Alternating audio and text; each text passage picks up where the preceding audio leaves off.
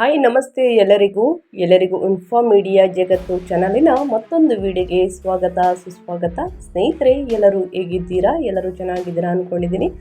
ನಾನು ಕೂಡ ತುಂಬಾನೇ ಚೆನ್ನಾಗಿದ್ದೀನಿ. ಎಲ್ಲರೂ ಚೆನ್ನಾಗಿದ್ದೀರಾ ಅಂದ್ಕೊಂಡು ಭಾವಿಸ್ಕೊಂಡು ಇವತ್ತಿನ ಒಂದು ವಿಡಿಯೋನ ಶುರು ಮಾಡಿಬಿಡೋಣ. ಸ್ನೇಹಿತರೆ, ಇವತ್ತಿನ ಒಂದು ವಿಡಿಯೋದಲ್ಲಿ ಆಗಸ್ಟ್ 26ರಿಂದ ಮಕರ ರಾಶಿಯವರ ಭವಿಷ್ಯದಲ್ಲಿ ಸಾಕಷ್ಟು ಬದಲಾವಣೆಗಳನ್ನು ನೋಡಲಿದ್ದೀರಿ. ಯಾವುದರ ಬಗ್ಗೆ ಎಚ್ಚರಿಕೆ ವಹಿಸಬೇಕು ಅನ್ನೋದನ್ನ ಇದೇ ವಿಡಿಯೋದಲ್ಲಿ ತಿಳಿಸ್ಕೊಡ್ತೀನಿ. ಇದನ್ನೆಲ್ಲ ತಿಳ್ಕೋಬೇಕು ಅಂದರೆ ಎಲ್ಲೂ ಕೂಡ ವಿಡಿಯೋನ ಸ್ಕಿಪ್ ಮಾಡಬಾರ್ದು. ಅಂದರೆ ವಿಡಿಯೋನ ಕಟ್ ಮಾಡಿ ಓಡಿಸ್ಕೊಂಡು ಹೋಗಿ ನೋಡಿದ್ರೆ ಫುಲ್ ಇನ್ಫಾರ್ಮೇಷನ್ ಅರ್ಥ ಆಗಲ್ಲ. ಸೊ ಹಾಗಾಗಿ ಎಲ್ಲ ವಿಡಿಯೋದಲ್ಲೂ ತಿಳಿಸ್ತಾ ಇರ್ತೀನಿ. ಬಿಗಿನ್ನಿಂದ ಹೆಂಡ್ ತನಕ ವಿಡಿಯೋನ ವಾಚ್ ಮಾಡಿ. ವಿಡಿಯೋದಲ್ಲಿ ಒಳ್ಳೆಯ ಮಾಹಿತಿ ಸಿಕ್ಕಿದ್ದಲ್ಲಿ ತಪ್ಪದೆ ವಿಡಿಯೋಗೊಂದು ಲೈಕ್ ಕೊಟ್ಟು, ಇನ್ನು ನನ್ನ ಚಾನಲ್ನ ಸಬ್ಸ್ಕ್ರೈಬ್ ಮಾಡ್ಕೊಂಡಿಲ್ಲ ಅಂದರೆ ಇನ್ಫಾರ್ಮ್ ಮೀಡಿಯಾಗೆ ಸಬ್ಸ್ಕ್ರೈಬ್ ಮಾಡಿಕೊಂಡು ನಿಮ್ಮ ಅಭಿಪ್ರಾಯವನ್ನು ಕಮೆಂಟ್ ಬಾಕ್ಸಲ್ಲಿ ತಿಳಿಸಿ. ಯಾರೆಲ್ಲ ಸಬ್ಸ್ಕ್ರೈಬ್ ಮಾಡಿಕೊಂಡು ಪ್ರತಿನಿತ್ಯ ವಿಡಿಯೋ ವಾಚ್ ಮಾಡ್ತಿದ್ದೀರಾ ಅಂಥವರಿಗೆ ಥ್ಯಾಂಕ್ ಯು ಸೋ ಮಚ್ ಅಂತ ಹೇಳ್ತಾ ತಡ ಮಾಡೋದು ಬೇಡ, ವಿಡಿಯೋದ ಕಡೆ ಗಮನ ಕೊಟ್ಬಿಡೋಣ ಸ್ನೇಹಿತರೆ. ಹಾಗೂ ಶ್ರೀ ಕಾರ್ಯಸಿದ್ಧಿ ಆಂಜನೇಯ ಸ್ವಾಮಿ ಜ್ಯೋತಿಷ್ಯವರಿಂದ ಸ್ನೇಹಿತರೆ, ನಿಮ್ಮ ಜೀವನದಲ್ಲಿ ಆಗುವ ಸಕಲ ಸಮಸ್ಯೆಗಳಾದಂತಹ ಸತಿಪತಿ ಕಲಹ, ಭೂಮಿ ವಿಚಾರ, ಕೋರ್ಟ್ ಕೇಸ್, ವ್ಯಾಪಾರ, ಹಣಕಾಸಿನ ತೊಂದರೆ, ಸ್ತ್ರೀಯರ ಗುಪ್ತ ಸಮಸ್ಯೆ, ಹೀಗೆ 10 ಹಲವಾರು ಸಮಸ್ಯೆಗಳಿಗೆ ಶಾಶ್ವತ ಪರಿಹಾರವನ್ನು ಮಾಡಿಕೊಡ್ತಾರೆ. ಡಿಸ್ಪ್ಲೇ ಮೇಲೆ ಕಾಣುತ್ತಿರುವಂತಹ ಗುರುಜಿ ನಂಬರ್ಗೆ ಒಮ್ಮೆ ಕರೆ ಮಾಡಿ. ಕೇವಲ 2 ದಿನದಲ್ಲೇ 100% ನಿಮ್ಮ ಸಮಸ್ಯೆಗಳೆಲ್ಲ ದೂರ ಹೋಗಲಿದೆ. ಓಕೆ, ಆಗಸ್ಟ್ 2025ರ ಮಕರ ರಾಶಿ ಭವಿಷ್ಯವನ್ನು ತಿಳಿಸೋದಾದರೆ ಸ್ನೇಹಿತರೆ, ಮಕರ ರಾಶಿಯವರಿಗೆ ಉತ್ತರಾಷಾಢ 2, 3, 4 ಪಾದಗಳು ಮತ್ತು ಶ್ರಾವಣ ಧನಿಷ್ಠ 1, 2 ಪಾದದ ನಕ್ಷತ್ರದಲ್ಲಿ ಜನಿಸಿದವರು ಮಕರ ರಾಶಿಯ ವ್ಯಾಪ್ತಿಗೆ ಬರುತ್ತಾರೆ. ನಿಮ್ಮ ರಾಶಿಯ ಅಧಿಪತಿ ಶನಿ ಆಗಿದ್ರೆ ಆಗಸ್ಟ್ 2025ರಲ್ಲಿ ಸಾಕಷ್ಟು ಗ್ರಹ ಸಂಚಾರಗಳಿಂದ ಮಕರ ರಾಶಿಯವರ ಜೀವನದಲ್ಲಿ ಏನೆಲ್ಲ ಬದಲಾವಣೆಗಳನ್ನು ನೋಡಲಿದ್ದೀರಿ ಅಂದರೆ, ನಿಮ್ಮ ಆರೋಗ್ಯ, ಶಿಕ್ಷಣ, ಉದ್ಯೋಗ, ಆರ್ಥಿಕ ಸ್ಥಿತಿ, ಕುಟುಂಬ ಮತ್ತು ವ್ಯವಹಾರದ ಮೇಲೆ ಹೇಗೆ ಪರಿಣಾಮ ಬೀರುತ್ತದೆ ಎಂಬುದನ್ನು ಇದೇ ವಿಡಿಯೋದಲ್ಲಿ ತಿಳಿಸ್ಕೊಡ್ತೀನಿ. ಇನ್ನು ಆಗಸ್ಟ್ 2025ರಲ್ಲಿ ಮಕರ ರಾಶಿಯವರಿಗೆ ಜ್ಯೋತಿಷ್ಯ ತಜ್ಞರಿಂದ ಏನೆಲ್ಲ ಭವಿಷ್ಯದಲ್ಲಿ ಮುಂದಿನ ದಿನಗಳಲ್ಲಿ ಏನೆಲ್ಲ ಅದೃಷ್ಟವನ್ನು ನೋಡಲಿದ್ದೀರಿ, ಯಾವುದರ ಬಗ್ಗೆ ಎಚ್ಚರಿಕೆ ವಹಿಸಬೇಕು ಅನ್ನೋದನ್ನು ಕೂಡ ತಿಳಿಸ್ಕೊಟ್ಟಿದ್ದಾರೆ ಸ್ನೇಹಿತರೆ. ಹಾಗಿದ್ರೆ ನಿಮ್ಮ ರಾಶಿಯ ಅಧಿಪತಿ ಶನಿ, ನಿಮ್ಮ ರಾಶಿಯ ಅಧಿಪತಿ ಶನಿ ಮೀನ ರಾಶಿಯಲ್ಲಿ ಇರುತ್ತಾರೆ ಸ್ನೇಹಿತರೆ. ಇದರೊಂದಿಗೆ ನಿಮ್ಮ 7ರ ರಾಶಿಯ ಶನಿ ದೆಸೆಯು ಸಂಪೂರ್ಣವಾಗಿ ಮುಗಿದಿದೆ ಎಂದು ಜ್ಯೋತಿಷ್ಯರು ನುಡಿತಾ ಇದ್ದಾರೆ ಅಂತಲೇ ಹೇಳ್ಬೋದು. ಇದು ನಿಮ್ಮ ಭವಿಷ್ಯದಲ್ಲಿ ಉಪಶಮನ ಸಿಗಲಿದೆ. ಇನ್ನು ಗುರು ಬಗ್ಗೆ ಹೇಳೋದಾದ್ರೆ, ಗುರುಗ್ರಹ ಅಂದರೆ ಈ ತಿಂಗಳ ಪೂರ್ತಿ ಮಿಥುನ ರಾಶಿಯಲ್ಲಿ 6ನೇ ಮನೆಯಲ್ಲಿ ಇರುತ್ತಾರೆ ಸ್ನೇಹಿತರೆ. ಗುರು ಮತ್ತು ಶನಿ ಬಲದಿಂದ ಏನೆಲ್ಲ ಅದೃಷ್ಟದ ಫಲಿತಾಂಶವನ್ನ ಮಕರ ರಾಶಿಯವರು ನೋಡಲಿದ್ದೀರಿ ಅನ್ನೋದನ್ನ ನೋಡ್ತಾ ಹೋಗೋಣ. ಇನ್ನು ಒಟ್ಟಾರೆಯಾಗಿ ಸ್ನೇಹಿತರೆ, ಈ ತಿಂಗಳು ಹೇಗಿರಲಿದೆ ಅಂದರೆ, ಮಕರ ರಾಶಿಯವರಿಗೆ ಇದು ಒಂದು ಭವಿಷ್ಯದಲ್ಲಿ ಸ್ನೇಹಿತರೆ ಉಪಶಮನವನ್ನ ಮತ್ತು ಹೊಸ ಸವಾಲುಗಳನ್ನು ತರುವ ತಿಂಗಳು ಅಂತಲೇ ಹೇಳ್ಬೋದು ಆಗಸ್ಟ್ ತಿಂಗಳು. ಇನ್ನು ಆಗಸ್ಟ್ 26ರಿಂದ 7ರ ರಾಶಿಯ ಶನಿ ದೆಸೆ ಮುಗಿಯುವುದರಿಂದ ನಿಮ್ಮಲ್ಲಿ ಅಪಾರ ಧೈರ್ಯ, ಮಾನಸಿಕ ಶಾಂತಿ ಮರಳಿ ಬರುತ್ತದೆ ಸ್ನೇಹಿತರೆ. ಇನ್ನು ನಿಮ್ಮ ರಾಶಿಯ ಅಧಿಪತಿ ಶನಿ 3ನೇ ಮನೆಯಲ್ಲಿ, ಮಂಗಳ 9ನೇ ಮನೆಯಲ್ಲಿ ಇರುವುದು ನಿಮಗೆ ಭವಿಷ್ಯದಲ್ಲಿ ಬಲವನ್ನು ನೀಡುತ್ತದೆ. ಅದ್ಯಾಗೋ 2ನೇ ಮನೆಯಲ್ಲಿ ರಾಹು, 6ನೇ ಮನೆಯಲ್ಲಿ ಗುರು ಮತ್ತು 8ನೇ ಮನೆಯಲ್ಲಿ ಕೇತು ಇರುವುದರಿಂದ ಕೆಲವು ಕ್ಷೇತ್ರಗಳಲ್ಲಿ ಜಾಗರೂಕತೆ ಅಗತ್ಯವಾಗುತ್ತದೆ.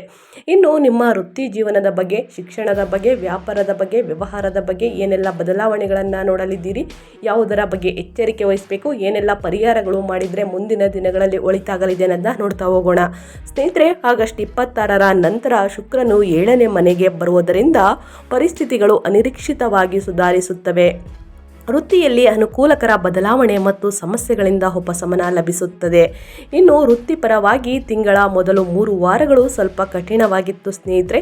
ನಿಮ್ಮ ಯೋಗಕಾರಕ ಮತ್ತು ದಶಮಾಧಿಪತಿಯಾದ ಶುಕ್ರ 6ನೇ ಮನೆಯಲ್ಲಿ ಸಂಘರ್ಷದ ಸ್ಥಾನದಲ್ಲಿ ಇರುವುದರಿಂದ ಕೆಲಸದಲ್ಲಿ ಸ್ನೇಹಿತರೆ ತೃಪ್ತಿ ಕಡಿಮೆ, ಲಾಭವನ್ನು ನೋಡ್ತಾ ಇರಲಿಲ್ಲ, ಅಡೆತಡೆಗಳು ಹೆಚ್ಚಾಗಿತ್ತು, ಅಧಿಕಾರಿಗಳೊಂದಿಗೆ ತಪ್ಪು ತಿಳುವಳಿಕೆಗಳು, ಜಗಳಗಳು, ವಾದ ವಿವಾದಗಳು ಉಂಟಾಗಿತ್ತು ಸ್ನೇಹಿತರೆ. ಅದೆಲ್ಲವೂ ಒಂದು ಪುಲಿ ಸ್ಟಾಪ್ ಅಂತಲೇ ಹೇಳ್ಬೋದು. ಆಗಸ್ಟ್ 26ರಿಂದ ಎಲ್ಲವೂ ಕೂಡ ಸುಧಾರಿಸಲಿದೆ ಸ್ನೇಹಿತರೆ. ಇನ್ನು ನಿಮ್ಮ ಹಣಕಾಸಿನ ಬಗ್ಗೆ ಹೇಳೋದಾದ್ರೆ ಏನೆಲ್ಲ ಬದಲಾವಣೆಗಳನ್ನು ಆಗಸ್ಟ್ ತಿಂಗಳಲ್ಲಿ ನೋಡಲಿದ್ದೀರಿ ಅಂದರೆ, ಆಗಸ್ಟ್ 26ರಿಂದ ಸಾಕಷ್ಟು ಬದಲಾವಣೆಯನ್ನ ಮಕರ ರಾಶಿಯವರು ನೋಡಲಿದ್ದೀರಿ ಅನ್ನೋದನ್ನ ಮೊದಲೇ ತಿಳಿಸ್ಕೊಟ್ಟಿದ್ದೀನಿ. ಸೊ ಹಾಗಾಗಿ ಆರ್ಥಿಕವಾಗಿ ಇದು ಸಾಮಾನ್ಯ ಸಮಯ ಸ್ನೇಹಿತರೆ. ನಿಮ್ಮ ಹಣಕಾಸಿನ ಬಗ್ಗೆ ಹೇಳೋದಾದ್ರೆ 2ನೇ ಮನೆಯಲ್ಲಿ ರಾಹು, 6ನೇ ಮನೆಯಲ್ಲಿ ಗುರು ಇರುವುದರಿಂದ ಹಣ ಸಂಪಾದಿಸಲು ಬಹಳಷ್ಟು ಕಷ್ಟಪಡಬೇಕಾಗುತ್ತದೆ ಮತ್ತು ಅನಿರೀಕ್ಷಿತ ಖರ್ಚುಗಳು ಇರುತ್ತವೆ. ತಿಂಗಳ ಕೊನೆಯಲ್ಲಿ ರಾಶಿಯಲ್ಲಿ 8ನೇ ಮನೆಯಲ್ಲಿ ಸೂರ್ಯ ಕೇತುಗಳ ಸಂಯೋಗದಿಂದ ಖರ್ಚುಗಳು ಮತ್ತಷ್ಟು ಹೆಚ್ಚಾಗಬಹುದು.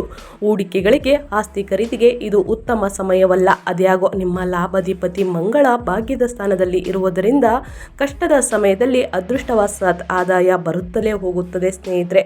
ಸೊ ಹಾಗಾಗಿ ಬಹಳಷ್ಟು ಎಚ್ಚರಿಕೆ ವಹಿಸಿ, ಅನಗತ್ಯ ಖರ್ಚುಗಳಿಂದ ಆದಷ್ಟು ದೂರವಿರಿ ಅಂತ ಮಕರ ರಾಶಿಯವರಿಗೆ ಹೇಳ್ತಾ, ಇನ್ನು ನಿಮ್ಮ ವೈವಾಹಿಕ ಜೀವನ ಹೇಗಿರಲಿದೆ, ವೈಯಕ್ತಿಕ ಜೀವನದಲ್ಲಿ ಏನೆಲ್ಲ ಬದಲಾವಣೆಗಳನ್ನು ನೋಡಲಿದ್ದೀರಿ, ಯಾವುದರ ಬಗ್ಗೆ ಎಚ್ಚರಿಕೆ ವಹಿಸಬೇಕು ಅನ್ನೋದನ್ನ ನೋಡ್ತಾ ಹೋಗೋಣ. ಕುಟುಂಬ ಜೀವನ ಮತ್ತು ವೈಯಕ್ತಿಕ ಜೀವನಕ್ಕೆ ಸ್ನೇಹಿತರೆ ಇದು ಉತ್ತಮ ಸಮಯ ಅಂತಲೇ ಹೇಳ್ಬೋದು ಮಕರ ರಾಶಿಯವರಿಗೆ.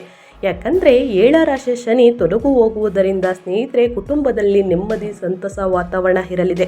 ಯಾರಿಗೆಲ್ಲ ಸಂತಾನ ಪ್ರಾಪ್ತಿ ಆಗಿಲ್ಲ ಸ್ನೇಹಿತರೆ, ಅಂದರೆ ಮಕ್ಕಳಾಗಿಲ್ಲ ಸ್ನೇಹಿತರೆ, ಮುಂಬರುವ ದಿನಗಳಲ್ಲಿ ಸಂತಾನ ಪ್ರಾಪ್ತಿ ಆಗಲಿದೆ. ಸೊ ಹಾಗಾಗಿ ಕುಟುಂಬದಲ್ಲಿ ಒಂದು ಸಂತೋಷ ನೆಮ್ಮದಿ ಮೂಡಲಿದೆ. ಇನ್ನು ಕುಟುಂಬ ಸದಸ್ಯರೊಂದಿಗಿನ ಸಂಬಂಧಗಳು ಸುಧಾರಿಸುತ್ತದೆ, ಅವರಿಂದ ಸಂಪೂರ್ಣ ಬೆಂಬಲ ಸಿಗಲಿದೆ. ಇನ್ನು 4ನೇ ಮನೆ ಅಧಿಪತಿ ಮಂಗಳ ಭಾಗ್ಯದ ಸ್ಥಾನದಲ್ಲಿ ಇರುವುದರಿಂದ ಮನೆಯಲ್ಲಿ ಶಾಂತಿ, ಶುಭ ಕಾರ್ಯಗಳು ನಡೆಯುವ ಚಾನ್ಸಸ್ ಅತಿ ಹೆಚ್ಚಾಗಿದೆ ಅಂತಲೇ ಹೇಳ್ಬೋದು ಮಕರ ರಾಶಿಯವರಿಗೆ.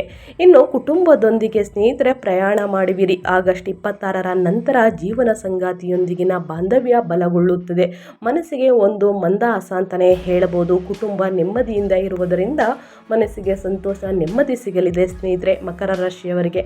ಇನ್ನು ಮಕರ ರಾಶಿಯವರಿಗೆ ನಿಮ್ಮ ಆರೋಗ್ಯದಲ್ಲಿ ಏನೆಲ್ಲ ಬದಲಾವಣೆಗಳನ್ನು ನೋಡಲಿದ್ದೀರಿ ಸ್ನೇಹಿತರೆ, ಯಾವುದರ ಬಗ್ಗೆ ಮಕರ ರಾಶಿಯವರು ಎಚ್ಚರಿಕೆ ವಹಿಸಬೇಕು ಅನ್ನೋದನ್ನ ನೋಡ್ತಾ ಹೋಗೋಣ. ಸ್ನೇಹಿತರೆ, ನಿಮ್ಮ ಆರೋಗ್ಯದ ವಿಷಯದಲ್ಲಿ ಜಾಗರೂಕತೆ ಅಗತ್ಯ ಆಗಸ್ಟ್ 26ರಿಂದ. ಯಾಕಂದರೆ ಈ ತಿಂಗಳು ಆದಷ್ಟು ಸಾಮಾನ್ಯವಾಗಿತ್ತು ಸ್ನೇಹಿತರೆ. ಕೊನೆಯ 2 ವಾರಗಳಲ್ಲಿ 8ನೇ ಮನೆಯಲ್ಲಿ ಗ್ರಹಗಳ ಪ್ರಭಾವದಿಂದ ಆರೋಗ್ಯ ಮೇಲೆ ಗಮನ ಹರಿಸಬೇಕು.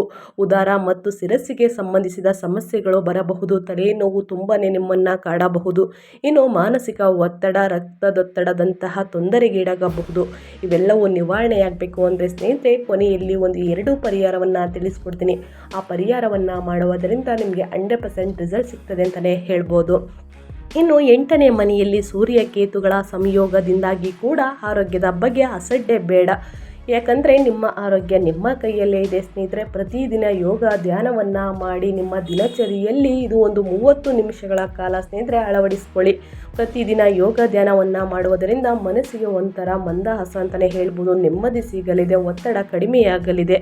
ಇನ್ನು ಮೆಡಿಟೇಷನನ್ನು ಮಾಡಿ ಸ್ನೇಹಿತರೆ, ಒಳಿತಾಗಲಿದೆ.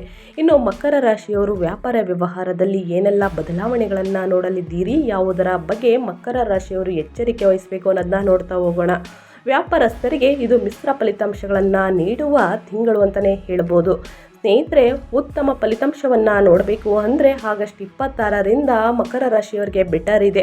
ಮೊದಲ 2 ವಾರಗಳು ವ್ಯಾಪಾರಕ್ಕೆ ನೀವು ಬಹಳಷ್ಟು ಕಷ್ಟಪಡ್ತೀರಾ. ಮಂದಗತಿ ಅಂತಲೇ ಹೇಳ್ಬೋದು. ನಿಧಾನವಾಗಿ ವ್ಯಾಪಾರ ನಡೆಯಲಿದೆ ಸ್ನೇಹಿತರೆ, ಆದರೆ ಫಲಿತಾಂಶಗಳು ಕಡಿಮೆ ಇರುತ್ತವೆ. ಕೊನೆಯ 2 ವಾರಗಳಲ್ಲಿ 8ನೇ ಮನೆಯ ಪ್ರಭಾವದಿಂದಾಗಿ ವ್ಯವಹಾರದಲ್ಲಿ ಸ್ವಲ್ಪ ಮಂದಗತಿ, ಆದಾಯದಲ್ಲಿ ಕೊರತೆ ಕಂಡುಬರಬಹುದು. ಭಯಪಡುವ ಅವಶ್ಯಕತೆ ಇಲ್ಲ ಸ್ನೇಹಿತರೆ. ಇದು ಆಗಸ್ಟ್ಗೆ ಎಂಡಾಗಲಿದೆ. ಇನ್ನು ಸೆಪ್ಟೆಂಬರ್ ತಿಂಗಳಿನಿಂದ ಸ್ನೇಹಿತರೆ ಎಲ್ಲವೂ ಸುಧಾರಿಸಲಿದೆ. ದೊಡ್ಡ ಹೂಡಿಕೆಗಳಿಗೆ, ಹೊಸ ಒಪ್ಪಂದಗಳಿಗೆ ಇದು ಸರಿಯಾದ ಸಮಯವಲ್ಲ ಅಂತಲೇ ಹೇಳ್ಬೋದು. ಇನ್ನು ವಿದ್ಯಾರ್ಥಿಗಳ ಬಗ್ಗೆ ಹೇಳೋದಾದರೆ ಏನೆಲ್ಲ ಬದಲಾವಣೆಗಳನ್ನು ವಿದ್ಯಾರ್ಥಿಗಳು ನೋಡಲಿದ್ದೀರಿ, ಯಾವುದರ ಬಗ್ಗೆ ವಿದ್ಯಾರ್ಥಿಗಳು ಬಹಳಷ್ಟು ಎಚ್ಚರಿಕೆ ವಹಿಸಬೇಕು ಅನ್ನೋದನ್ನ ನೋಡ್ತಾ ಹೋಗೋಣ. ವಿದ್ಯಾರ್ಥಿಗಳಿಗೆ ಇದು ಸವಾಲಿನ ಸಮಯ. ಪಂಚಮ ಅಧಿಪತಿ ಶುಕ್ರ ಮೊದಲ 3 ವಾರಗಳು 6ನೇ ಮನೆಯಲ್ಲಿ ಇರುವುದರಿಂದ ಓದಿನ ಮೇಲೆ ಆಸಕ್ತಿ ಕಡಿಮೆಯಾಗಬಹುದು. ಏಕಾಗ್ರತೆಯ ಕೊರತೆಯಂತಹ ಇರಬಹುದು. ಮಾನಸಿಕವಾಗಿ ದೃಢವಾಗಿದ್ದು ಸ್ನೇಹಿತರೆ ಛಲದಿಂದ ಓದಿದರೆ ಮಾತ್ರ ಫಲಿತಾಂಶಗಳು ಬರುತ್ತದೆ. ಇಲ್ಲ ಹೋದರೆ ಸ್ನೇಹಿತರೆ ನೀವು ಕಾಣುತ್ತಿದ್ದ ಕನಸುಗಳು ಅಂತಂದರೆ ಸ್ನೇಹಿತರೆ ಫಲಿತಾಂಶವನ್ನು ಸಾಧಿಸುವುದಕ್ಕೆ ಸಾಧ್ಯವಾಗುವುದಿಲ್ಲ. ಸೊ ಹಾಗಾಗಿ ಕಷ್ಟಪಟ್ಟು ಓದಿ, ಛಲದಿಂದ ಓದಿದರೆ ಉನ್ನತ ಫಲಿತಾಂಶವನ್ನು ನೋಡಬಹುದು. ಇನ್ನು ತಿಂಗಳ ಕೊನೆಯ ವಾರದಿಂದ ಓದಿನ ಮೇಲೆ ಆಸಕ್ತಿ ಹೆಚ್ಚಾಗಿ ಪರಿಸ್ಥಿತಿಗಳು ಸುಧಾರಿಸುತ್ತದೆ. ಸೊ ಹಾಗಾಗಿ ಸ್ನೇಹಿತರೆ ಮನೋರಂಜನೆ ಕಡೆನೂ ಕೂಡ ಗಮನವನ್ನು ಕೊಡಿ ಸ್ನೇಹಿತರೆ. ಓದಿನ ಕಡೆನೂ ಕೂಡ ಅತಿ ಹೆಚ್ಚಾಗಿ ಗಮನ ಕೊಟ್ಟು, ಅಧ್ಯಯನದ ಕಡೆ ಗಮನ ಕೊಟ್ಟು ಓದಿದ್ದಲ್ಲಿ ಉನ್ನತ ಫಲಿತಾಂಶವನ್ನು ನೋಡಲಿದ್ದೀರಿ ಅಂತ ಹೇಳ್ತಾ, ಇನ್ನು ತಜ್ಞರು ಏನೆಲ್ಲ ಸಲಹೆಯನ್ನು ಕೊಟ್ಟಿದ್ದಾರೆ, ಇನ್ನು ಜ್ಯೋತಿಷಿಗಳು ಏನೆಲ್ಲ ಪರಿಹಾರವನ್ನು ತಿಳಿಸಿದ್ದಾರೆ, ಈ ಪರಿಹಾರಗಳನ್ನು ಮಾಡಿದ್ರೆ 100% ನಿಮಗೆ ರಿಸಲ್ಟ್ ಸಿಗ್ತದೆ ಅಂತಲೇ ಹೇಳ್ಬೋದು. ಆದಷ್ಟು ಮನೆಯಲ್ಲೇ ಮಾಡುವಂತಹ ಸಣ್ಣ ಪುಟ್ಟ ಪರಿಹಾರಗಳನ್ನು ತಿಳಿಸ್ಕೊಡ್ತೀನಿ. 100% ನಿಮಗೆ ರಿಸಲ್ಟ್ ಕೊಡ್ತದೆ ಅಂತ ಹೇಳ್ತಾ, ಈ ತಿಂಗಳ ಗ್ರಹಗಳ ಪ್ರತಿಕೂಲ ಪ್ರಭಾವಗಳನ್ನು ಕಡಿಮೆ ಮಾಡಲು, ಸಕಾರಾತ್ಮಕ ಫಲಿತಾಂಶ ಫಲಿತಾಂಶಗಳನ್ನು ಹೆಚ್ಚಿಸಲು ಸ್ನೇಹಿತರೆ ಈ ಪರಿಹಾರಗಳನ್ನು ತಪ್ಪದೇ ಮಾಡಿ. ಪ್ರತಿ ಶನಿವಾರ ನಿಮ್ಮ ಆರೋಗ್ಯ ಸಮಸ್ಯೆ ಎಲ್ಲ ಕೂಡ ನಿವಾರಣೆಯಾಗಬೇಕು, ಉತ್ತಮ ಆರೋಗ್ಯವನ್ನು ಪಡೆದುಕೊಳ್ಬೇಕು ಅಂದರೆ ಅಮಾವಾಸ್ಯೆ ಹುಣ್ಣಿಮೆಯ ಸಮಯದಲ್ಲಿ ಅರಳಿ ಮರದ ಕೆಳಗೆ ಸಾಸಿವೆ ಎಣ್ಣೆಯಿಂದ ದೀಪವನ್ನು ಹಚ್ಚಿ, ಕಪ್ಪು ಸಾಸಿವೆ ಎಣ್ಣೆಯಿಂದನೇ ದೀಪ ಹಚ್ಚಬೇಕು ಸ್ನೇಹಿತರೆ. ದೀಪವನ್ನು ಹಚ್ಚಿ ಶನಿ ಸ್ತೋತ್ರವನ್ನು 11 ಬಾರಿ ಪಠಿಸುವುದು ಬಹಳ ಮುಖ್ಯ. ಇನ್ನು ಪ್ರತಿ ಶನಿವಾರ ಸ್ನೇಹಿತರೆ ನಿಮ್ಮ ಕೈಯಲ್ಲಾದಷ್ಟು ಆಹಾರವನ್ನು ದಾನ ಮಾಡಿ, ಬಟ್ಟೆಯನ್ನು ದಾನ ಮಾಡಿ, ಕಪ್ಪು ಬಟ್ಟೆಯನ್ನು ದಾನ ಮಾಡ್ಬೋದು ಅಥವಾ ಕಪ್ಪು ಎಳ್ಳುಗಳನ್ನು ದಾನ ಮಾಡ್ಬೋದು, ಕಬ್ಬಿಣವನ್ನು ದಾನ ಮಾಡ್ಬೋದು. ನಿಮ್ಮ ಕೈಯಲ್ಲಿ ಏನಾಗುತ್ತೋ ಅದು ಬಡವರಿಗೆ ಮತ್ತು ನಿರ್ಗತಿಕರಿಗೆ ದಾನವನ್ನು ಮಾಡುವುದರಿಂದ ಸ್ನೇಹಿತರೆ ನಿಮ್ಮ ಆರೋಗ್ಯ ಸಮಸ್ಯೆ 100% ನಿವಾರಣೆಯಾಗಲಿದೆ. ಸೊ ಹಾಗಾಗಿ ತಪ್ಪದೆ ಈ ಪರಿಹಾರಗಳನ್ನು ಮಾಡಿ ಶನಿವಾರ. ಇನ್ನು ಪ್ರತಿ ಗುರುವಾರ ಸ್ನೇಹಿತರೆ ಶಿವನ ದೇವಸ್ಥಾನಕ್ಕೆ ಪೂಜೆಯನ್ನು ಮಾಡುವುದರಿಂದ ಸಾಲ, ಆರೋಗ್ಯ ಸಮಸ್ಯೆಗಳು ಕಡಿಮೆಯಾಗುತ್ತದೆ. ಇನ್ನು ಪ್ರತಿ ಸೋಮವಾರ, ಭಾನುವಾರ ಸ್ನೇಹಿತರೆ ಪ್ರತಿದಿನ ಗಾಯತ್ರಿ ಮಂತ್ರವನ್ನು ಅಥವಾ ಆದಿತ್ಯ ಹೃದಯ ಸ್ತೋತ್ರವನ್ನು ಪಠಿಸಿ. ಇದು ಆರೋಗ್ಯವನ್ನು ಕಾಪಾಡುತ್ತದೆ. ಯಾವುದೇ ವ್ಯವಹಾರದಲ್ಲಿ ಲಾಭವನ್ನು ನೋಡಬೇಕು ಅಂದರೆ ಮೇಯ್ನಾಗಿ ನಿಮ್ಮ ಆರೋಗ್ಯ ಚೆನ್ನಾಗಿರಬೇಕು ಸ್ನೇಹಿತರೆ. ಸೊ ಹಾಗಾಗಿ ತಪ್ಪದೆ ಈ 2-3 ಪರಿಹಾರಗಳನ್ನು ಮಾಡಿ ನಿಮಗೆ 100% ರಿಸಲ್ಟ್ ಸಿಗ್ತದೆ ಅಂತ ಹೇಳ್ತಾ ನಾನು ವಿಡಿಯೋನ ಎಂಡ್ ಮಾಡಿ ಮತ್ತೊಂದು ವಿಡಿಯೋದಲ್ಲಿ ಸಿಗ್ತೀನಿ.